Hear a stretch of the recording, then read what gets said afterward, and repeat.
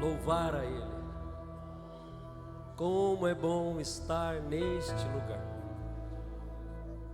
A paz do Senhor, meus irmãos. Obrigado, pastor Moisés, pastor Silvano, todos os demais companheiros e amigos que aqui estão. Livro de Gênesis, no capítulo 32, e o versículo 24.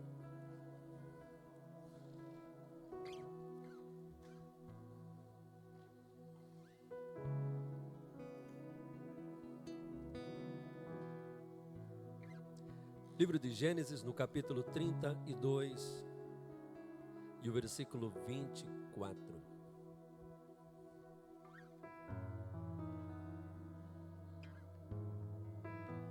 Jacó, porém, ficou só,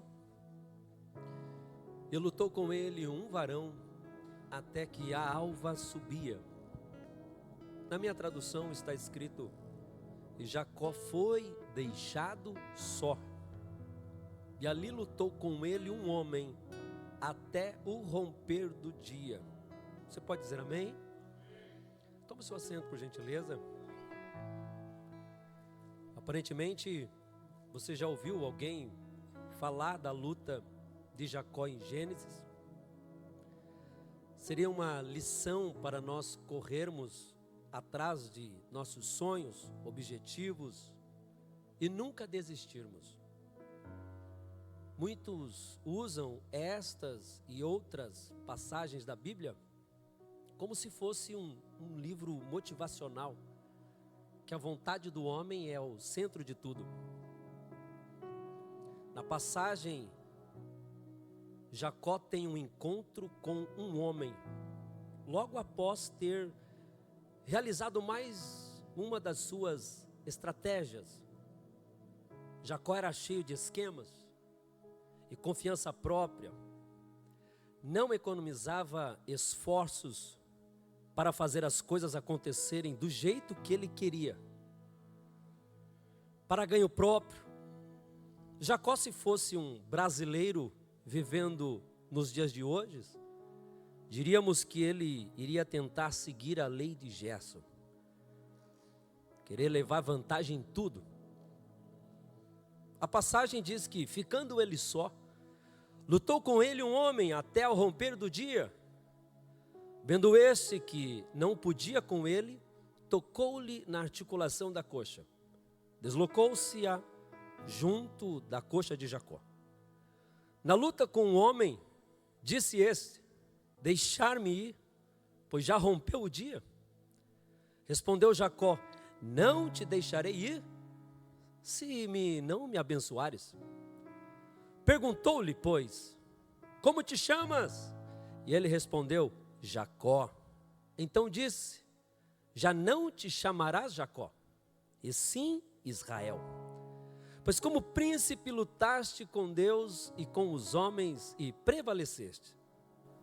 Tomou Jacó, dize: rogo-te, como te chamas? Respondeu ele: por que perguntas pelo meu nome? E abençoou-o ali. Aquele lugar chamou Jacó Peniel, pois disse: vi a Deus face a face, e a minha vida foi salva.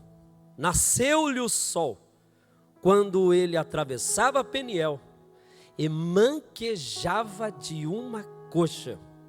O que eu li para vocês está no versículo 24 até o 31. A passagem aqui, ela nos traz detalhes que nos ajudam a compreendê-la. E isto se a gente tiver uma mente ladina como a de Jacó. Uma mente teimosa, uma mente rebelde. Será preciso você ler os capítulos anteriores para entender melhor quem era este homem. Mas Jacó tinha algo que de repente, talvez alguns, não sei, se você carrega consigo o medo do amanhã, as preocupações, e você tenta arrumar os seus esquemas para tentar sempre sair muito bem. Observe que o único que se aproveita do sofrimento do ser humano é Deus. O sofrimento te leva a conhecer a Deus, não por aquilo que Ele faz, mas o sofrimento te leva a conhecer a Deus por aquilo que Ele é. Veja que quando Jesus aparece andando por sobre as águas, e os discípulos estão enfrentando aquela turbulência, e o barco está sendo agitado e açoitado pelas ondas, Jesus está andando por sobre as águas. E diante daquela situação, eles gritaram dizendo: é um fantasma. Pedro toma aquele momento, uma ocasião onde Jesus diante deles diz: não temais, sou eu. Pedro grita e diz: Senhor, se és tu, que eu tenha ir ter contigo por sobre as águas. Como Jesus ama crente que tem atitude, Jesus olhou para Pedro e disse: vem. Pedro, quando coloca o primeiro pé para fora do barco, não era água, era chão. Quem dá o primeiro passo vai dar o segundo, e quando Pedro coloca o segundo, glória a Deus. Tem alguém me ouvindo aí? Diga amém. Não me convenceu? Tem alguém me ouvindo aí? Diga amém. Onde é que eu estava? Estava no altar da De Floripa, louvando, pregando. Tem alguém me ouvindo aí? Diga amém. Quando ele coloca o primeiro pé para fora do barco, não era água, era chão. E quem dá o primeiro passo vai dar o segundo. E quando Pedro coloca o segundo pé para fora do barco e começa a andar, irmão, sempre é a minoria que vai. A maioria sempre fica: então vai. De repente fazendo figuinha para que dê tudo errado. Mas Pedro começa a andar por sobre as águas. Já vi tantas pessoas falar que tirando os olhos de Jesus, ele começou a afundar. Mas a Bíblia diz que ele, sentindo o vento forte, ele teve o quê? Medo.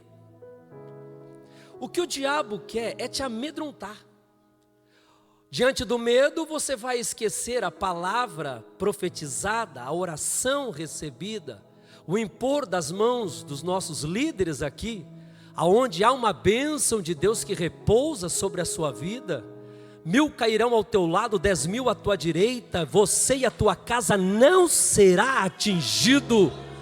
Mas sentindo o vento forte, os açoites, que tem gente aqui que tinha todas as razões para não estar aqui esta noite. Como que foi o seu dia de hoje? A semana foi muito difícil. Quantas turbulências e o diabo tentando sacudir, balançar para lá e para cá. Amanheceu o dia, teve uma manhã difícil, é tanta coisa errada acontecendo, mas você venceu, você chegou aqui. E eu sempre uso essa expressão e eu vou dizer mais uma vez: quem perdeu foi o inimigo. É no nome de Jesus que a vitória é tua aqui hoje, pelo poder e autoridade que há no nome de Jesus. O diabo quer te amedrontar. Sentindo o vento forte, ele teve medo e começou a afundar.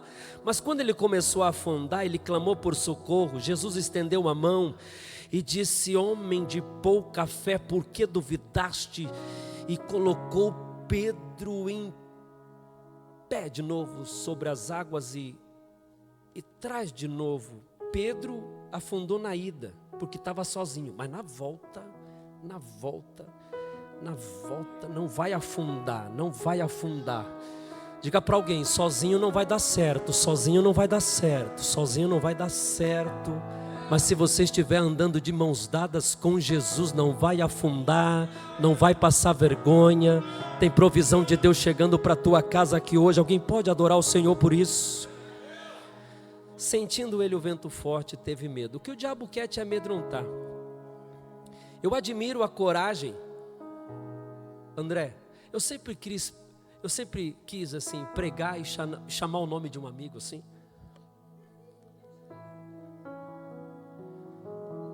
Eu admiro a coragem que uma mulher tem, André.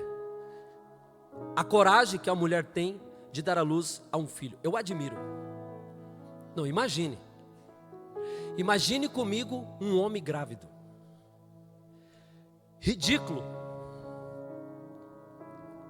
Não, imagine. Não é para imaginar eu grávido, não. Imagine um homem grávido. Ridículo, irmão. Deus, ele é perfeito em tudo. Irmão, uma gripe já derruba um homem. Imagine um homem com as canelas inchadas, meu irmão. Não, imagine. Um homem amanhecendo um dia e falou assim: olha, hoje não dá para sair da cama e a gravidez está difícil. Não, imagine, que ridículo que isso. Não, mas Deus, ele é perfeito em tudo. Mas eu admiro a coragem que uma mulher tem. Ela está grávida, ela ainda tem a audácia e ousadia para cuidar da casa. Se tem um filho, ela vai lá e cuida. Tem um marido, tem a casa, tem as suas obrigações. E ela vai e luta. É 6 meses e quando você olha aí, é o 8º mês e ainda está lá, na ativa. Eu admiro a coragem que uma mulher tem de dar à luz uma criança. A audácia que essa mulher tem. Mas aí eu fico me perguntando, que esta mesma mulher que tem tanta coragem e audácia para isso, para passar por um momento de parto, seja ele um parto normal, uma cesárea, eu admiro essa coragem que a mulher tem, mas a mesma mulher que tem a coragem para isso, não pode ver uma barata. Aquele pequeno bicho se torna um monstro para ela, sendo que ela tem audácia e ousadia para olhar para aquele pequeno bichinho e pá! Exterminar, acabar, fazer o... Mas o medo faz com que o pequeno bicho se torne um monstro. Eu venho te dizer que você não tem que ficar olhando para aquilo que o diabo está afrontando sobre a tua vida, a tua casa. Aquele circunciso lá no teu trabalho que está lançando palavra de maldição, esta maldição em você não toca, não pega, nem em ti, nem na tua casa. Eu disse hoje na consagração, a voz do povo não é a voz de Deus. Alguém pode não gostar do teu jeito, alguém pode te achar meio esquisito, não gosta do teu penteado, do seu jeito de vestir, acha você ridículo, teu jeito de falar, o teu jeito de andar, o teu jeito de se comportar, acha você estranho. Irmão, a voz do povo não é a voz de Deus. Goste de você ou não goste, aceite ou não aceite, o plano que Deus tem para ti está de pé, e é isso que vai dar certo, e você precisa observar, se atentar. Jacó, fugindo de seu irmão, por ter tomado a bênção da primogenitura, por medo, sai de casa, foge, tenta organizar as suas estratégias, os seus esquemas, mas a graça de Deus sempre acompanhou Jacó. Mesmo ele fugindo, mesmo ele fazendo as coisas de forma errada, a graça de Deus sempre o acompanhou. Pode isso? Pode. Deus foi atrás de Jonas, Jonas fugiu, e Deus chama alguém sabendo que ele vai fugir? Deus chama. Na verdade, você organiza as suas estratégias como querer fugir, mas quando Deus olha para alguém e Deus quer este alguém, querido, você pode arrumar o plano que for, a estratégia que for, tudo é um pano de fundo, Deus te encontra. Você pode de repente dizer: não, eu não nasci para isso. Não, tem pessoas melhores do que eu para isso. Eu nunca imaginei que um dia eu estaria aqui. Nunca imaginei que um dia eu poderia segurar um microfone. E é claro que ministério é muito mais do que isso. Alguém pensa que ser usado por Deus é assumir uma tribuna como essa, pegar o microfone, cantar, pregar. Seu púlpito pode ser uma calçada de rua. Seu púlpito pode ser o banco de um ônibus. Seu púlpito pode ser lá no momento um freitista lá quando está trabalhando. E aí, querido, vamos encher o tanque. Aí você vai sair de repente, Deus te abençoe. Não esquece do plano de Deus na sua vida. É uma pessoa que talvez se você der um microfone na mão dele não vai sair nada. É uma pessoa que não consegue pregar para multidões.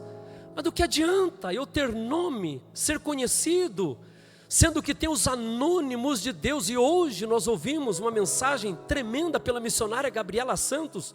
Qual é o nome daqueles 4 jovens que colocaram uma cadeira no telhado e desceram ela diante de Jesus? São os anônimos que Deus está levantando para fazer a diferença. E você faz parte dessa geração. É uma geração anônima, é uma geração que não tem nome. Não, mas isso não é para mim. Primeiro que Deus não chama ninguém que se acha que é capaz de alguma coisa. Não, mas eu não tenho dinheiro. Você pode ser o mais pobre de Florianópolis, para Deus não me interessa. Você sozinho com Deus já é a maioria. Não, mas a minha família não tem um sobrenome. Quem é que disse que para Deus te levantar, você tem que ter um nome? Basta hoje você reconhecer a tua dependência nele, e Deus vai te levantar. A hora voa, mas vamos lá. Vamos lá.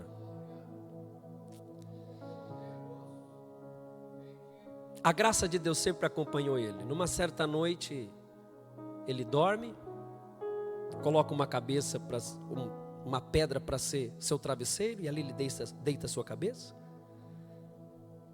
Quando ele dorme, Deus lhe aparece uma visão e um sonho. Uma escada que ligava da terra ao céu.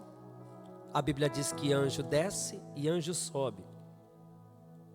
Diga, anjo desce e anjo sobe. Não, diga mais forte, anjo desce e anjo sobe. A escada ligava da terra ao céu. Ele sonhou, e eis que uma escada estava posta sobre a terra, e o seu topo alcançava o céu. Pode isso acontecer mesmo você fugindo? A graça de Deus está te seguindo. E eis que os anjos de Deus subiam e desciam por ela. Irmão, aonde é que anjo precisa de escada para descer e para subir? Anjo voa. Mas a Bíblia diz que pela escada anjo desce e anjo sobe. Anjo desce e anjo sobe. Anjo não precisa de escada. Mas é que na presença dele, até quem voa tem que descer e tem que subir escada. Tem que descer e tem que subir escada. Escada é como se fosse assim, é degrau a degrau. É como aqui, ó, é degrau a degrau. A Bíblia diz que anjo desce e anjo sobe. Hoje tem, amanhã não tem. Hoje eu peço emprestado, amanhã quem vai emprestar vai ser você. A nossa vida ela é assim. Tem dia que vai dar tudo certo, tem dia que vai dar tudo errado. E não é porque está dando tudo errado que é o diabo que está prevalecendo. Tem horas que Deus precisa arrancar algumas coisas e podar. Porque venhamos, né? Culto fica gostoso quando a gente está na prova, irmão. O glória a Deus ele é diferente. O aleluia é diferente. Você já viu quando você está muito na bênção? Você já vai lá para o Instagram, lá na D Floripa. Quem é que vai pregar hoje? Quem é que vai cantar? Não é meu estilo, eu nem vou, não é o meu estilo. Não, você nem olha, meu irmão, você está na prova, você nem olha quem vai pregar, meu irmão, o teu desejo é estar na presença dele. Aí quem está muito na bênção, enjoado demais, mimado demais, se irrita com o grito do teu glória, e nem sabe a batalha que você está, a luta que você está. E tem gente que às vezes me critica e já manda até uma mensagem, irmão, às vezes para mim lá no Instagram, dizendo, isso sai barulho demais, vocês gritam demais. Querido, você grita com a esposa em casa, querido. Você grita com o teu marido em casa e fica brabo comigo que eu estou gritando aqui hoje. Eu vou adorar Jesus do jeito. Quem está comigo aqui essa noite que veio para um culto? Não, hoje não é um culto. Diga, hoje é o culto. Anjo desce, anjo sobe.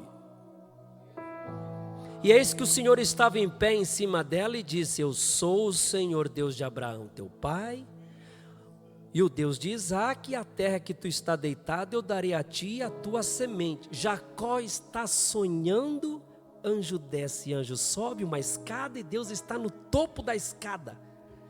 E Deus está dizendo, eis que eu estou contigo. Te guardarei em todos os lugares em quais tu fores. Te trarei novamente a esta terra, porque eu não te deixarei, até que eu tenha feito aquilo que eu tenho te falado. Jacó despertou-se do seu sono. Deus estava aqui e eu não sabia. Mas antes dele seguir viagem, tem alguém me ouvindo? Diga amém. Antes dele seguir viagem, Jacó fez uma oração. dizendo: Deus, se em paz eu for e em paz eu retornar, se eu tiver pão para comer, já está preocupado com o que vai comer. Se eu tiver roupa para vestir, já está gente preocupado com roupa. Se nada acontecer comigo, assim então tu serás o meu Deus. Parece que eu vejo Deus ouvindo a oração de Jacó.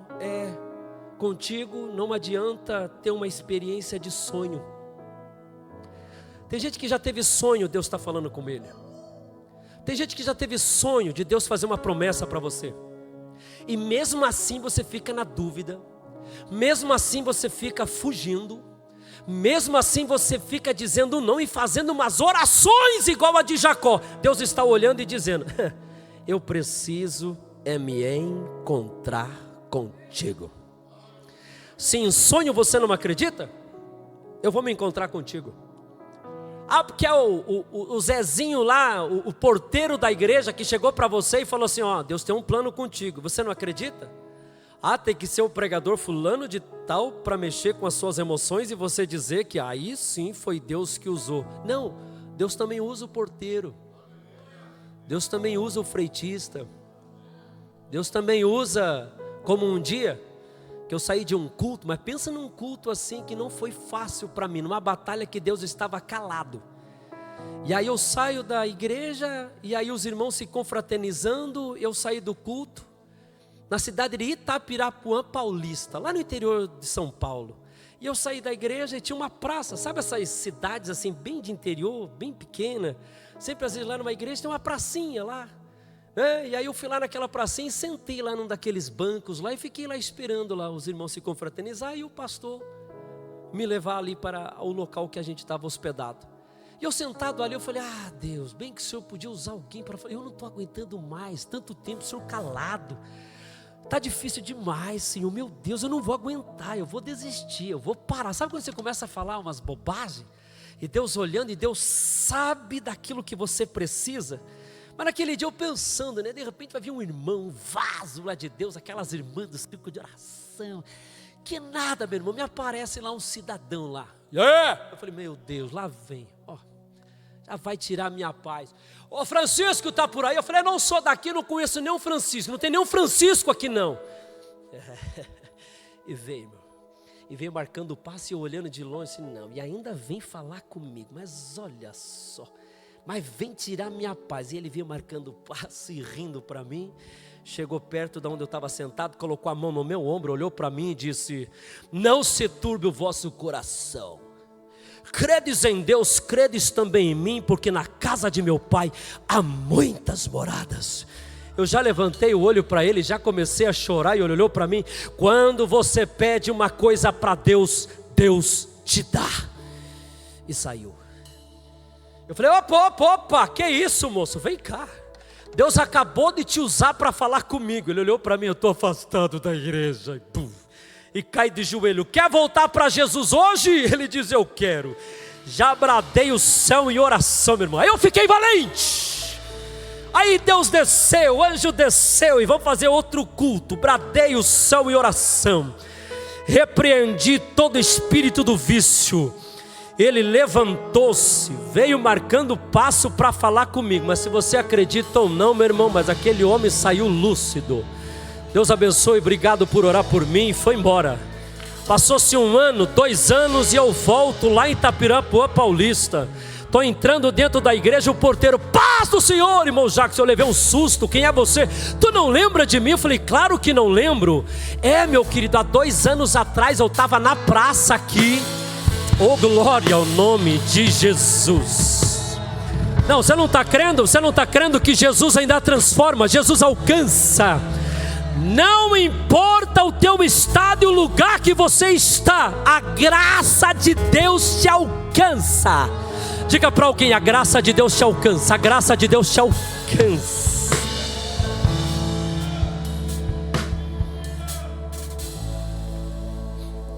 Eu bebi tanto aquela noite, desviado da igreja. Te encontrei na praça. Deus me usou para falar contigo. Voltei para Jesus aquela noite. Hoje sou porteiro aqui da igreja já faz Um bom tempo, é um prazer te receber, meu amigo. Para mim o culto não precisava nem acontecer.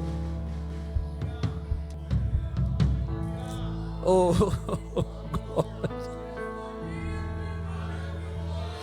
a graça de Deus te alcança. A graça de Deus te alcança. Jacó deixou a família passar. Ele está no val de Jaboque.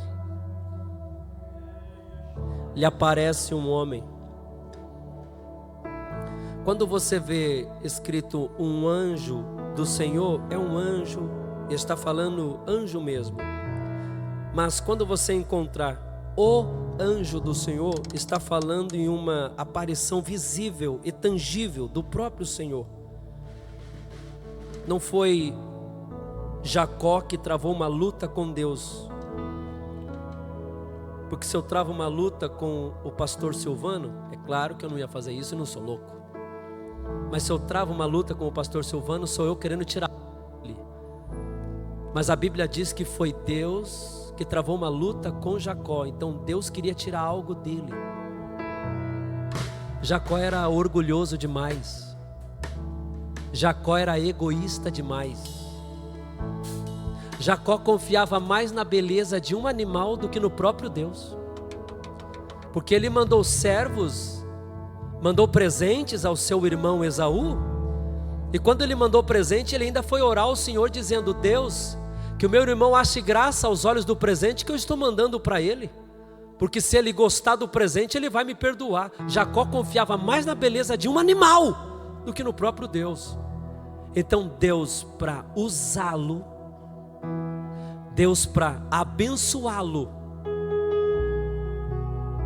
Deus precisava quebrá-lo. Se você for orgulhoso demais e não aceitar o plano de Deus, me desculpe, Deus, Ele não abre mão de você. Você pode estar querendo fugir, você pode estar querendo dizer não, mas vai chegar um momento que você vai ficar que nem na situação de Jonas, quando está dentro, no ventre de um peixe, considerando um inferno, você vai clamar ao Senhor. Sabe por que Jonas disse não de ir a Nínive? É porque ele não estava orando. Aí quando ele está no ventre do peixe, ele começa a orar ao Senhor. E quando ele começa a orar ao Senhor, eu vejo assim, Deus atenta à oração dele. E ele fica quantos dias no ventre do peixe? Diga 3 dias e diga 3 noites. Não, diga mais forte, 3 dias e 3 noites. Orando, clamando, e Deus não fala com ele. Porque prioridade de Deus não é te atender. Prioridade de Deus é te ouvir. Talvez você está orando há uma semana, e se Deus te der aquilo que você está pedindo, você vai abandonar o altar da oração. E prioridade de Deus não é te atender, prioridade de Deus é te ouvir. Mas quando ele começa a orar, 3 dias, 3 noites, ele cumpre o seu chamado. Mas Jacó precisava ser quebrá-lo, e diante daquela luta, Deus toca na juntura da sua coxa. Eu imagino Jacó agora andando manco. O nome Jacó pode significar tanto aquele que segura o calcanhar, que foi o que aconteceu no ventre da sua mãe na luta com o seu irmão gêmeo, mas como também um suplantador.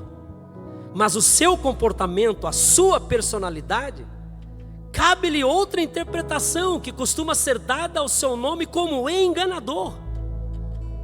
Hoje, Jacó seria chamado de salafraio, trapaceiro, vigarista, golpista, estelionatário. Esta é uma lição que a gente aprende de Jacó em sua luta com o Senhor. Não aquele que tenta fazer dele um campeão de persistência em busca dos seus próprios sonhos. A menos que você tenha o seu caráter mudado. Deus está dizendo para alguém: eu vou mudar o teu caráter hoje. Ou esse teu egoísmo, essa sua vontade de querer tirar vantagem em tudo, ser uma pessoa teimosa, obstinada, presunçosa, isso não serve para ser usado por Deus. A partir daquele dia, ele não seria o campeão em nenhuma maratona. Ele não, nem mesmo seu andar seria bonito de se ver, mas nunca se esqueceria de que Deus prevalece. Deus prevalece. Você pode dar um brado de glória a Deus, eu encerro aqui. Se coloca em pé no nome de Jesus.